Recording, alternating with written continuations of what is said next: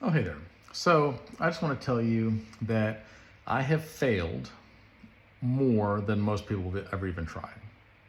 But I've also succeeded more times than most people have even tried. And the moral to the story is if you want to fail, keep trying. I might be getting that wrong. Anyway, have you ever noticed everybody wants to be on the mountaintops, right? Everybody wants to be like, oh, look at all the success I've got. And they don't see all the work that it takes to get there.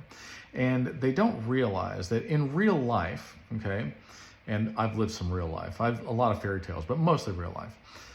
In real life, if you look across the horizon and you look at the mountaintops, there's no growth up there. Nothing lives there. There are no trees there. There are no plants there hardly. It's very sparse. Animals don't really live there. People don't really live there. There's almost no life on the mountaintops. It's a place that you get up to. You get a good vantage point. You go, I want to go over there, and then you move on.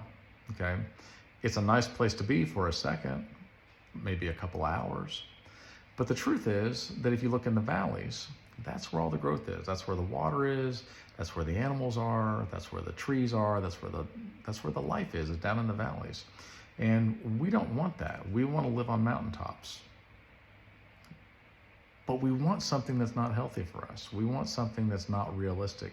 And then we're bothered by the fact that we live in the valleys. You're like, that's where the life is. You have to live in the valleys. Like, you have to just understand that life is hard. And it's going to be hard, but it's worth it.